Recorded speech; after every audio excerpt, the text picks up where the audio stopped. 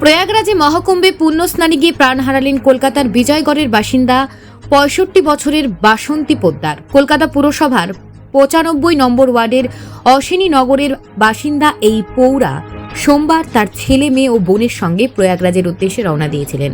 সঙ্গম ঘাটে পুণ্যস্নান করতে গিয়ে ট্র্যাজিক্যালি দুর্ঘটনার শিকার হন তিনি। ছেলের দাবি, মাঝরাত ১টা থেকে ১:৩০টার মধ্যে সঙ্গম ঘাটের উদ্দেশ্যে রওনা দেন তারা। সেখানে পদপৃষ্ট হয়ে আহত হন বাসন্তী পোদ্দার।